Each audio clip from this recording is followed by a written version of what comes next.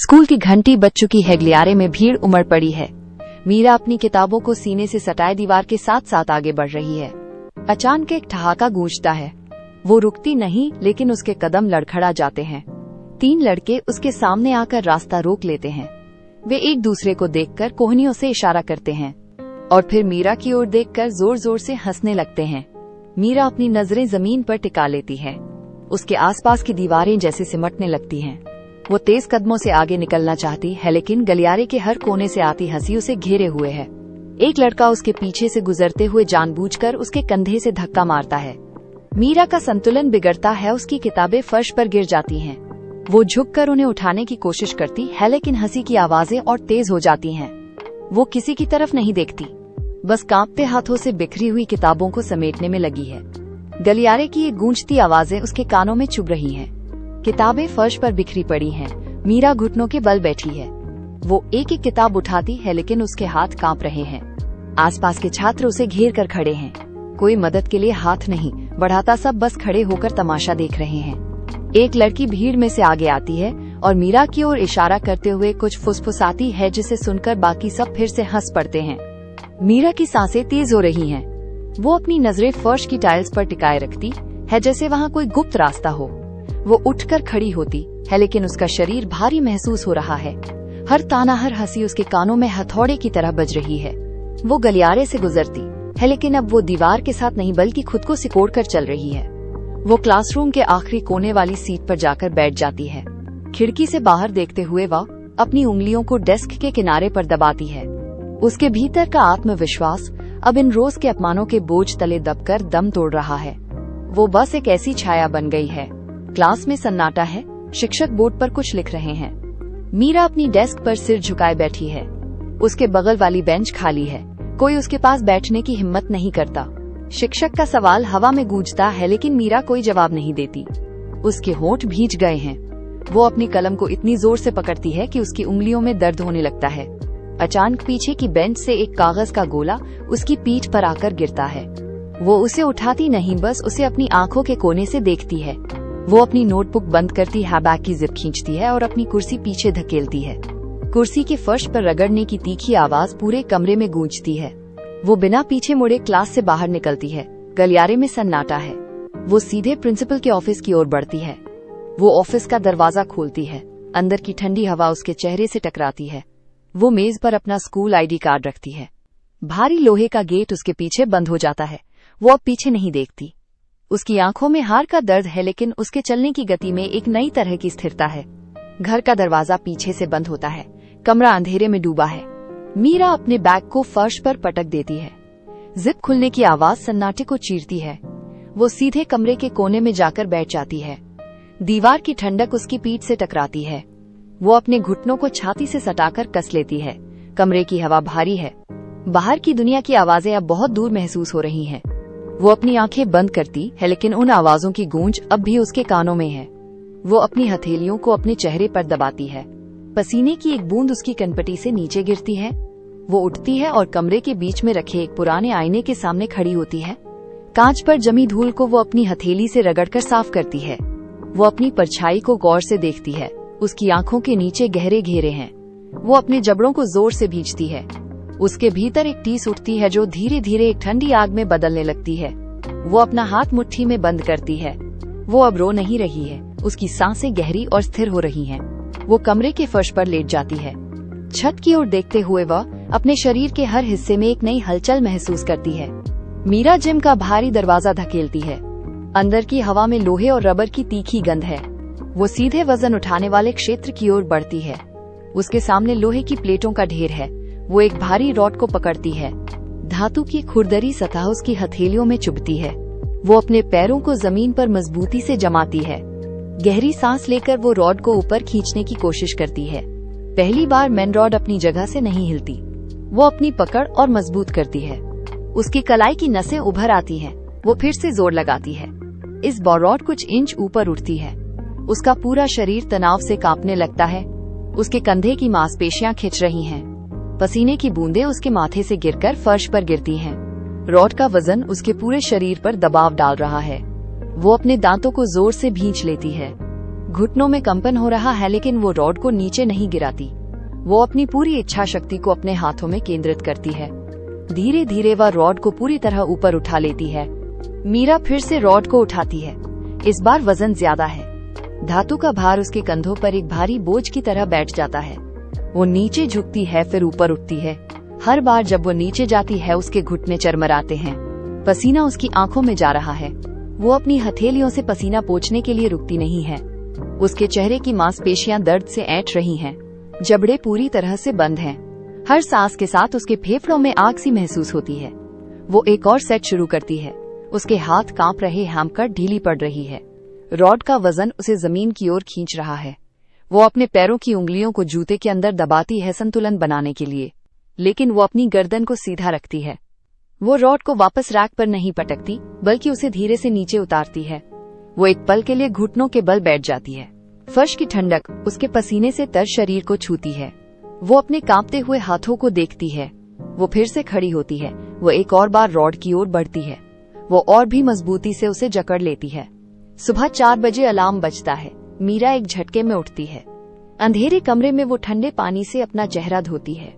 वो अपनी दिनचर्या की एक डायरी खोलती है। हर घंटे का हिसाब लिखा है। वो रसोई में जाती है। वो तराजू पर अपने भोजन को तौलती है। उबले हुए अंडे और हरी सब्जियां। वो बिना किसी स्वाद की परवाह किए उन्हें खाती है। ये अब भोजन नहीं बल्कि ईंधन है। वो घर से बाहर निकलती है। सड़क पर सन्नाटा है। वो दौड़ना शुरू करती है। उसके जूतों की थाप सड़क पर गूंजती है। हर कदम के साथ उसकी सांसें एक लय में बंध जाती हैं। वो अब रुकती नहीं।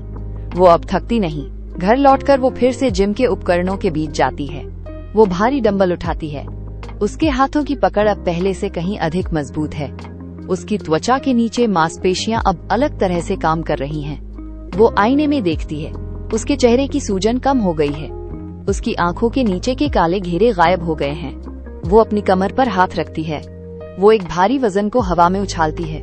वह अब केवल वजन नहीं उठा रही, वह अपने पुराने अस्तित्व को पीछे छोड़ रही है। उसने अपने शरीर को एक ढाल बना लिया है। मीरा जिम की चटाई पर बैठती है। उसके शरीर से भाप उठ रही है। वो अपनी आंखें बंद करती है। बाहर की दुनिया का शोर अब उसके भीतर नहीं पहुंचता। वो अपनी सांसों पर ध्यान केंद्रित करती है। एक गहरी सांस अंदर, एक धीमी सांस बाहर। उसके सीने का उभार अब स्थिर है। वो अपने मन में उन पुरानी आवाजों को सुनती है जो उसे कमजोर कहती थीं। वो उन्हें एक एक करके हवा में उड़ा देती है। वो जानती है कि मांसपेशियां सिर्फ लोहे से नहीं बनती, वे संकल्प से बनती हैं। वो अपनी हथेलियों को घुटनों पर टिकाती है। वो जमीन की कठोरता को महसूस करती है। ये कठोरता अब उसका आधार है। वो फिर से उठती है। वो एक जटिल संतुलन का अभ्यास करती है। एक पैर पर खड़ी होकर वो अपनी बाहों को फैलाती है। वो अपनी आंखों को खोलती है। उसकी दृष्टि में अब एक नई स्पष्टता है। वो एक योद्धा की तरह शांत है। मीरा की दिनचर्या में कोई बदलाव नहीं आया। समय उसके शरीर को एक नए सांचे में ढाल रहा है। वो अब आईने के सामने खड़ी होती है तो उसे अपनी परछाई में एक योद्धा की आकृति दिखाई देती है। उसकी पीठ की मांसपेशियां अब हर हरकत के साथ एक स्पष्ट रेखा बनाती हैं। उसके कंधे अब चौड़े और स्थिर हैं। वो जब चलती है तो उसके कदमों में एक ऐसी लय है जो पहले कभी नहीं थी। वो फर्श पर अपने पैरों को मजबूती से जमाती है। उसकी हर गतिविधि में अब एक अजीब सी सटीकता है। वो एक भारी लोहे की छड़ को उठाती है और उसके हाथ की नसें उभर आती हैं। ये केवल ताकत नहीं, नियंत्रण है। वो अपनी बाहों को मोड़ती है और उसकी त्वचा के नीचे मांसपेशियों का संकुचन एक लयबद्ध नृत्य की तरह दिखता है।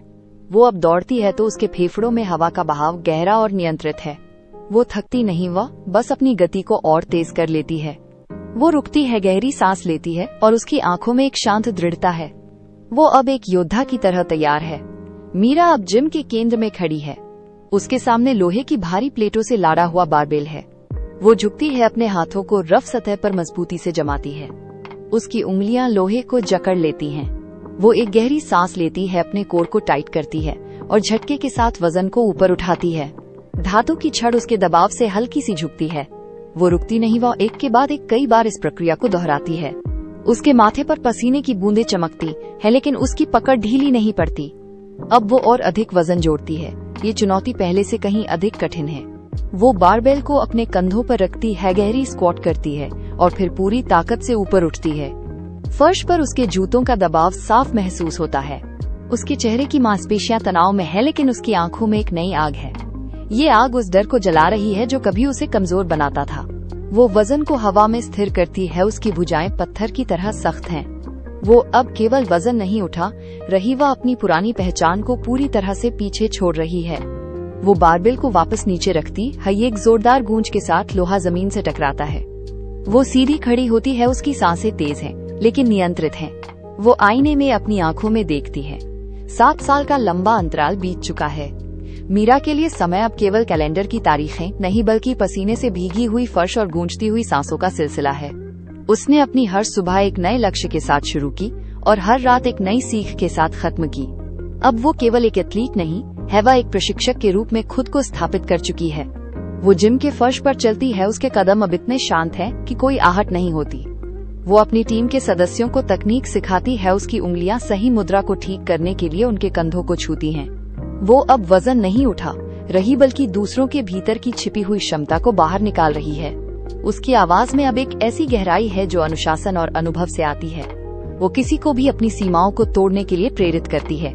जब वो किसी को कठिन अभ्यास करते हुए देखती है तो उसकी आंखों में एक गहरी समझ होती है। वो जानती है कि उस दर्द के पीछे क्या है।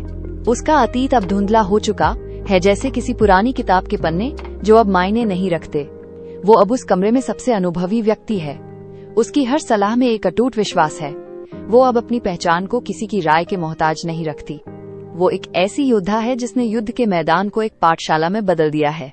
वो रुकती है, खिड़की से बाहर देखती है और उसके चेहरे पर एक शांत मुस्कान है। वो जानती है कि उसने खुद को पूरी तरह से नया आकार दे दिया है। मीरा ने शहर के उस पुराने स्कूल के ठीक सामने वाली इमारत को चुना है। ये वही जगह है जहाँ से कभी उसकी हंसी को दबाने की कोशिश की गई थी। अब यहाँ एक नया जिम आकार ले रहा है। वो खुद लोहे के भारी दरवाजों को खोलती है, ताले की खड़खड़ाहट गूंजती है। वो दीवारों पर पेंट करती है, उसकी हर स्ट्रोक में एक नया संकल्प है। वो भारी मशीनों को अपनी जगह पर धकेलती है, फर्श पर रबर की चटाइयां बिछाती है। हर एक उपकरण को वो खुद सेट करती है, जैसे वो एक नया साम्राज्य बना रही हो। अंत में वह बाहर आती है, उसके हाथ में एक चमकदार बोर्ड है। वो सीढ़ी पर चढ़ती है, पेंच कसने वाले औजार की आवाज शांत गलियारे में साफ सुनाई देती है। वो बोर्ड को दीवार पर मजबूती से टांगती है। बोर्ड पर उसका नाम मीरा सुनहरे अक्षरों में चमक रहा है। सूरज की पहली किरण उस नाम पर पड़ती है। वो नीचे उतरती है, अपने हाथों को पोंछती है और पीछे मुड़कर अपने काम को देखती है। ये केवल एक जिम नहीं है, ये उसकी मेहनत का एक ठोस प्रमाण है। वो जिम के कांच के दरवाजे को पूरी तरह खोल देती है। वो एक गहरी सांस लेती है, उसके कंधों में एक नई स्थिरता है। वो अब तैयार है। जिम के कांच के दरवाजे पर एक जोरदार धक्का लगता है। 3 पुरुष अंदर कदम रखते हैं। उनके चलने का अंदाज वैसा ही है जैसे वे किसी सड़क पर कब्जा कर रहे हों। वे अपनी आवाज को जानबूझकर ऊंचा रखते हैं। उनमें से एक अपनी गर्दन घुमाता है और मशीनों को तिरछी नजर से देखता है। वो एक भारी डंबल को फर्श पर पटक देता है। दूसरा व्यक्ति अपनी जेब से चाबियां निकालता है और उन्हें काउंटर पर जोर से फेंकता है। वे एक दूसरे को देखकर मुस्कुराते हैं। वे जिम के कोने कोने में घूमते हैं। उनकी नजरें छत की ऊंचाई और फर्श की सफाई को ऐसे देखती हैं मानो वे यहाँ किसी को नीचा दिखाने आए हों। वे एक बेंच को लात मारते हैं और अपनी जगह पर खड़े होकर चारों ओर देखते हैं। उनके चेहरे पर वही अहंकार है जो बरसों पहले था। वे अपने कंधे उचकाते हैं और एक दूसरे से कुछ फुसफुसाते हैं। जिम की हवा में एक भारीपन आ गया है। वे रुकते हैं और अपनी छाती फुलाकर खड़े हो जाते हैं। उन्हें अभी तक ये एहसास नहीं है कि वे किसके क्षेत्र में आ गए हैं। मीरा ने एक कदम आगे बढ़ाया। रबर के फर्श पर उसके जूतों की आवाज किसी हथौड़े की तरह गूंजी। वो उन तीनों के ठीक पीछे खड़ी हो गई। उसके आने की आहट ने कमरे की हवा को जैसे थाम लिया। सबसे आगे खड़ा व्यक्ति अभी भी अपनी हंसी जारी रखे हुए था, लेकिन मीरा की छाया उसके पैरों के पास तक पहुंच गई। वो रुकी। उसने कोई शब्द नहीं कहा, बस अपनी ठंडी स्थिर दृष्टि उन पर टिका दी। जैसे ही उन लोगों ने पीछे मुड़कर देखा, उनकी हंसी का स्वर अचानक टूट गया, जैसे किसी ने गला घोंट दिया हो। मीरा की उपस्थिति में एक भारीपन है, एक ऐसा अनुशासन जो उनके शोर को निगल रहा है। वो अपनी जगह से नहीं हिली। जिम के अंदर की रोशनी अब उन पर केंद्रित है और वे लोग अब अपनी जगह पर जम गए हैं। कोई भी कुछ नहीं बोल रहा। मीरा ने अपनी भुजाओं को छाती पर बांध लिया। उसकी आंखों में कोई गुस्सा नहीं, बल्कि एक गहरी शांत चेतावनी है। मीरा ने एक कदम और आगे बढ़ाया। उसने दीवार पर टंगे भारी लोहे के बार की ओर इशारा किया। उन युवकों में से एक ने अपनी घबराहट छिपाने के लिए फिर से उपहास भरी मुस्कान ओढ़ ली। उसने मीरा की ओर देखते हुए कंधे उचकाए और कहा, ओपन कॉर्नर ब्रैकेट, क्या तुम सच में हमें ये सिखाने वाली हो? हमें इसकी जरूरत नहीं है। मीरा ने कोई जवाब नहीं दिया। उसने बस उस भारी बार को उठाया और उसे उनके पैरों के पास पटक दिया। धातु के फर्श से टकराने की आवाज पूरे जिम में गूंज गई।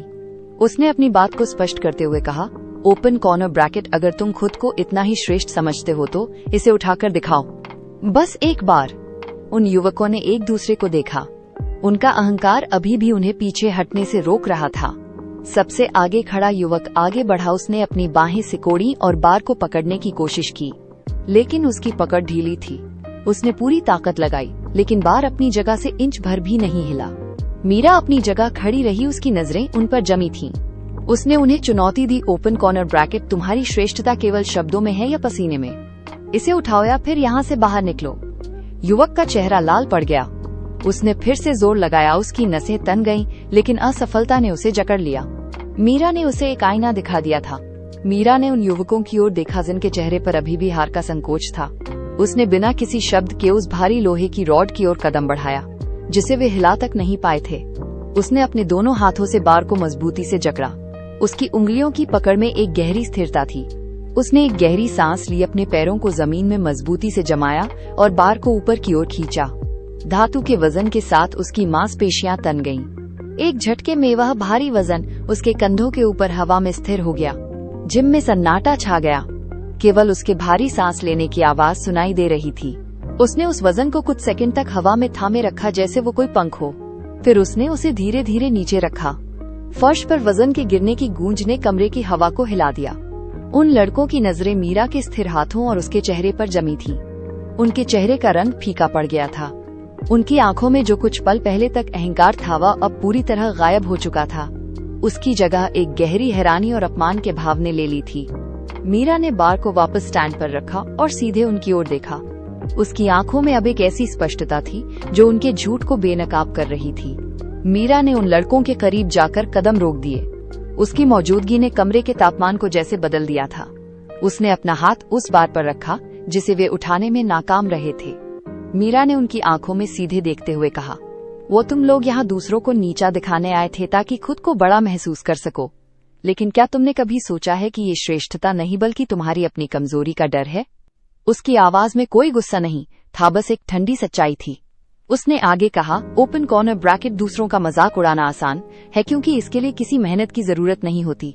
असली ताकत किसी को दबाने में नहीं बल्कि खुद को उस स्तर तक ले जाने में है जहाँ किसी और को गिराने की जरूरत न पड़े। लड़कों ने अपना सिर झुका लिया। मीरा ने उनके करीब आकर फिर से जोर दिया, ओपन कॉर्नर ब्रैकेट, तुमने बार नहीं उठाया, तुमने अपनी उस मानसिकता को नहीं उठाया जो तुम्हें आगे बढ़ने से रोक रही है। और जब तक तुम दूसरों की कमियों में अपनी जीत ढूंढोगे, तुम हमेशा इसी जगह पर खड़े रहोगे। यहाँ जिम में पसीना बहाने का मतलब सिर्फ वजन कम करना नहीं है, बल्कि अपने भीतर के उस अहंकार को खत्म करना है। फैसला तुम्हारा है। जिम की हवा में सन्नाटा था और उनके चेहरे पर पसीने की बूंदें चमक रही थीं। मीरा ने एक इशारा किया और उन्हें ट्रेडमिल और वेट्स की ओर धकेल दिया। उसने वही कठिन दिनचर्या शुरू की जिससे वो खुद सालों पहले गुजरी थी। लड़कों ने पहले तो झिझक दिखाई, लेकिन मीरा की सख्त नजरों ने उन्हें हिलने पर मजबूर कर दिया। पहला सेट शुरू हुआ। 15 मिनट के भीतर ही उनके चेहरे लाल पड़ गए और सांसें उखड़ने लगी। मीरा उनके बगल में खड़ी रही। हर बार जब वे रुकने की कोशिश करते, वह उन्हें और आगे बढ़ने का आदेश देती। उसने उन्हें आराम का कोई मौका नहीं दिया। उनके शरीर कांपने लगे, पैरों में दर्द की लहरें दौड़ गईं। पसीने की बूंदें उनके माथे से गिरकर फर्श पर टपकने लगीं। ये केवल शारीरिक थकान नहीं थी, बल्कि उनके भीतर जमा उस झूठे अहंकार का अंत था। वे जो कुछ देर पहले तक दूसरों का मजाक उड़ा रहे थे। मीरा ने उन्हें वजन उठाने के लिए कहा और जब वे लड़खड़ाए तो उसने उन्हें सहारा देने के बजाय खुद को बेहतर करने के लिए प्रेरित किया। जिम की दीवारों के बीच केवल उनके भारी कदमों की आवाज और मीरा के सख्त निर्देश गूंज रहे थे। मीरा ने एक गहरी सांस ली और जिम के बीचों बीच आकर खड़ी हो गई। उसने अपनी कलाई पर बंधी घड़ी को देखा और फिर उन लड़कों की ओर मुड़ी जो फर्श पर थकान से चूर पड़े थे। उसने अपनी आवाज को धीमा लेकिन स्पष्ट रखा। मीरा ने कहा, ओपन कॉर्नर ब्रैकेट, तुम लोग शायद सोच रहे होगे कि मैं इतनी सख्त क्यों हूँ, और शायद तुम्हें लगता है कि मैं सिर्फ एक ट्रेनर हूँ जो तुमसे नफरत करती है। उसने एक कदम आगे बढ़ाया और जिम की पुरानी फोटो एल्बम की ओर इशारा किया जो काउंटर पर रखी थी। उसने अपनी आवाज में एक पुरानी टीज को जगह दी, ओपन कॉर्नर ब्रैकेट, सालों पहले इसी शहर के एक स्कूल में एक लड़की थी जिसका तुम लोग मजाक उड़ाते थे। में हर दिन हर ताना उसके आत्मविश्वास को कुचल देता था। लड़कों ने एक दूसरे की ओर देखा, उनकी सांसें थम गईं। मीरा ने अपनी बात जारी रखी। ओपन कॉर्नर ब्रैकेट, वो लड़की आज तुम्हारे सामने खड़ी है। मैं वही मीरा हूँ जिसे तुम लोग कमजोर समझकर अपनी हंसी का पात्र बनाते थे। जिम में सन्नाटा छा गया। लड़कों के चेहरे का रंग उड़ गया। वे स्तब्ध थे, उनकी आंखें फटी की फटी रह गईं। वे उस लड़की को देख रहे थे जिसे उन्होंने कभी तोड़ा था और अब वो उनके सामने एक चट्टान की तरह खड़ी थी। मीरा ने उनकी खामोशी को महसूस किया।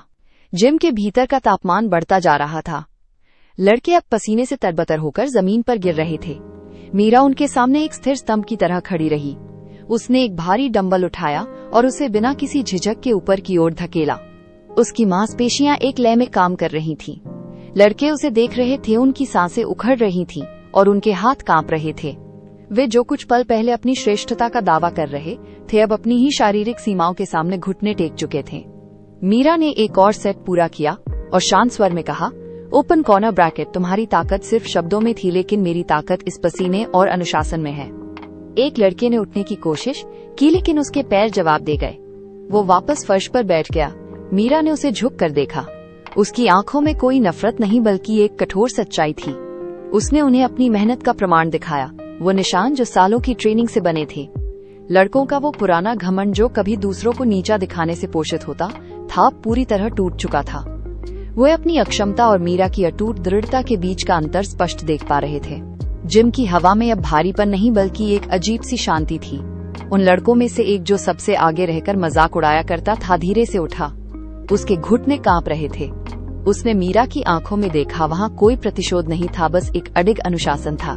वो लड़का मीरा के सामने आया और बिना एक शब्द कहे अपना सिर झुका लिया। उसके पीछे खड़े बाकी लड़कों ने भी वही किया। उन्होंने अपने हाथ जोड़े और अपनी नजरें फर्श पर टिका दी।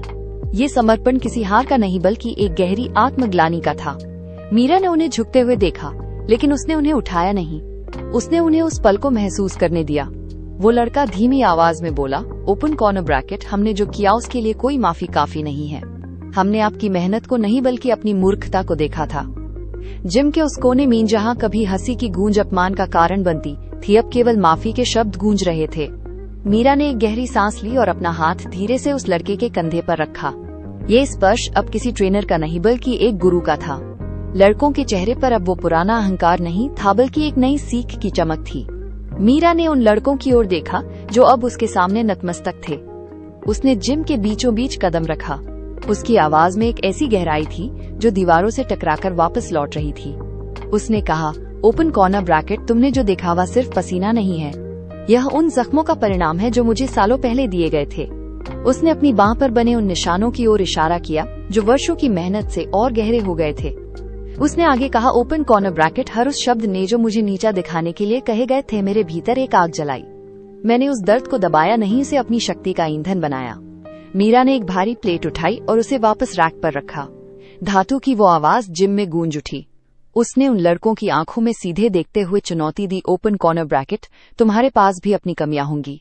तुम भी किसी न किसी चोट से भाग रहे होगे। आज से तुम अपनी उन चोटों को अपनी कमजोरी नहीं, बल्कि अपनी ताकत बनाओगे। उसने उन्हें फर्श पर फिर से पोजीशन लेने का इशारा किया। अगर तुम्हें बदलाव चाहिए तो तुम्हें उस आग से गुजरना होगा जिससे मैं गुजरी थी। क्या तुम तैयार हो? लड़कों ने एक साथ सिर हिलाया। जिम की दीवारों के भीतर अब एक नई ऊर्जा का संचार हो रहा था। उन लड़कों में से जो कभी एक दूसरे का मजाक उड़ाकर अपनी श्रेष्ठता सिद्ध करते थे, अब वे एक दूसरे को सहारा दे रहे थे। एक लड़का बेंच प्रेस पर संघर्ष कर रहा था, उसकी भुजाएं कांप रही थीं। उसके पास खड़ा दूसरा लड़का जो कभी सबसे बड़ा उपहास करने वाला था, उसके पास झुककर उसे प्रोत्साहित कर रहा था। उसने अपने हाथ उस लड़के की कोहनियों के नीचे लगाए, उसे वजन उठाने में मदद की। ये दृश्य उस पुराने जिम के माहौल से बिल्कुल अलग था। अब वहाँ किसी की शारीरिक बनावट पर हंसी नहीं, बल्कि पसीने की बूंदों के लिए सम्मान था। मीरा कोने में खड़ी होकर ये सब देख रही थी। उसने देखा कि कैसे एक लड़का थककर रुक गया, लेकिन दूसरा लड़का उसके पास गया और उसे फिर से उठने के लिए प्रेरित किया। उन्होंने एक दूसरे के साथ पानी की बोतलें साझा की और एक दूसरे के वर्कआउट का समय मापा। जिम में अब कोई किसी को नीचा नहीं दिखा रहा था। जब भी कोई अपना सेट पूरा करता, बाकी लोग ताली बजाकर उसका उत्साह बढ़ाते। ये एक सामूहिक बदलाव था। अहंकार की वो पुरानी दीवारें अब गिर चुकी थीं। मीरा जिम के प्रवेश द्वार के पास खड़ी थी। उसने अपनी बाहें छाती पर बांधी और सामने के दृश्य को देखा। जिम के फर्श पर पसीने की बूंदें चमक रही थीं और हवा में भारी लोहे के टकराने की लयबद्ध आवाजें गूंज रही थीं। उसने देखा कि कैसे वही लड़के जो कभी दूसरों को नीचा दिखाने के लिए शब्दों का हथियार बनाते थे, अब पूरी तरह से अपनी मेहनत में डूबे थे। मीरा के होठों पर एक हल्की स्थिर मुस्कान तैर गई। ये मुस्कान किसी जीत का शोर नहीं थी, बल्कि एक गहरी शांति का एहसास थी। उसने अपनी नजरें उन लड़कों पर टिकाए रखी जो अब एक दूसरे को ऊंचाइयों तक पहुंचने में मदद कर रहे थे।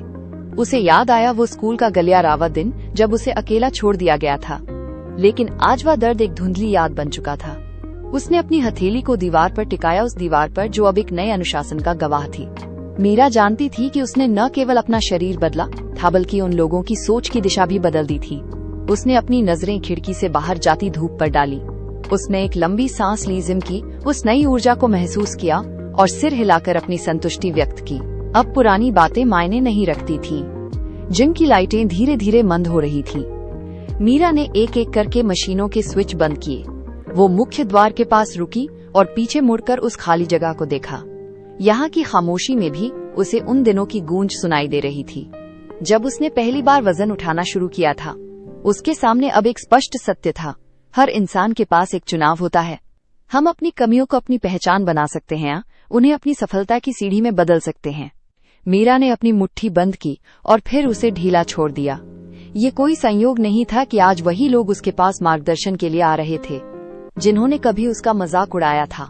उसने अपनी पीड़ा को व्यर्थ नहीं जाने दिया। उसने उस पीड़ा को ईंटों की तरह इस्तेमाल किया और एक ऐसा आधार तैयार किया जिस पर आज वो खड़ी है। मीरा ने बाहर की ओर कदम बढ़ाया। सड़क की रोशनी उसके चेहरे पर पड़ रही थी। क्या आप अपनी कमियों को अपनी सीमा मानेंगे या उन्हें अपनी ताकत का स्रोत बनाएंगे? विकल्प हमेशा हमारे हाथ में होता है। मीरा सड़क के किनारे रुकी।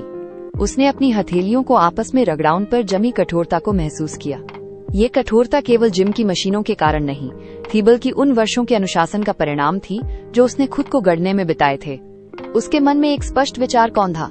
लोग अक्सर बदला लेने का अर्थ दूसरों को गिराना समझते हैं, लेकिन मीरा ने इसे पूरी तरह बदल दिया था। उसने महसूस किया कि सबसे बड़ा बदला किसी को हराने में नहीं, बल्कि खुद को इतना बेहतर बनाने में है कि पुरानी बातें और पुराने घाव बेमानी हो जाएं। वो अब उस ऊंचाई पर थी जहां नीचे की आवाजें उस तक नहीं पहुंच सकती थीं। उसने अपने कंधों को सीधा किया और एक लंबी गहरी सांस ली। उसके पीछे का स्कूल, वह गलियारा और वे ताने, सब अब एक धुंधली और अर्थहीन छाया मात्र थे। उसने अपनी चाल को और अधिक स्थिर और दृढ़ बनाया। उसने सीखा था कि जब आप अपनी ऊर्जा को केवल अपनी उन्नति में लगाते हैं तो बाहरी शोर अपने आप शांत हो जाता है। मीरा ने पीछे मुड़कर नहीं देखा। उसके लिए वह पुराना अध्याय पूरी तरह बंद हो चुका था। उसने अपनी पूरी शक्ति को अपने वर्तमान और भविष्य के निर्माण में झोंक दिया था। अगली सुबह की पहली किरण जिम की कांच की खिड़की से छनकर अंदर आई। मीरा ने खिड़की के पास खड़े होकर बाहर की ओर देखा। सड़क पर लोग अपनी दिनचर्या में व्यस्त थे, लेकिन मीरा के लिए आज का दिन अलग था। उसने अपने हाथों को खिड़की के ठंडे फ्रेम पर टिकाया। उसके भीतर एक अजीब सी शांति थी। वो अब किसी का इंतजार नहीं कर रही थी, नहीं उसे किसी के अनुमोदन की आवश्यकता थी। उसने अपनी सांसों की गति को महसूस किया, जो पूरी तरह से नियंत्रित और गहरी थी। बाहर की दुनिया में अब कोई भी ताना उसे छू नहीं सकता था। वो उस ऊंचाई पर थी जहां अतीत की कड़वाहट का कोई अस्तित्व नहीं बचा था। मीरा ने खिड़की का हैंडल घुमाया और उसे थोड़ा और खोल दिया। ताजी हवा का एक झोंका सीधे उसके चेहरे से टकराया। उसने अपनी आंखें बंद की और उस हवा को अपने फेफड़ों में महसूस किया। उसने अपनी मुट्ठियों को खोला और अपनी हथेलियों को फैलाया। उसके शरीर का हर हिस्सा, उसकी हर मांसपेशी उसकी खुद की मेहनत की गवाह थी। वो अब एक योद्धा थी जो अपनी ही बनाई हुई दुनिया में पूरी तरह से सुरक्षित और शक्तिशाली थी। मीरा ने एक हल्की मुस्कान के साथ अपनी आंखें खोली। उसने खिड़की से अपना हाथ हटाया और जिम के केंद्र की ओर मुड़ी। उसके कदम अब स्थिर थे और उसका भविष्य पूरी तरह से उसके अपने हाथों में था।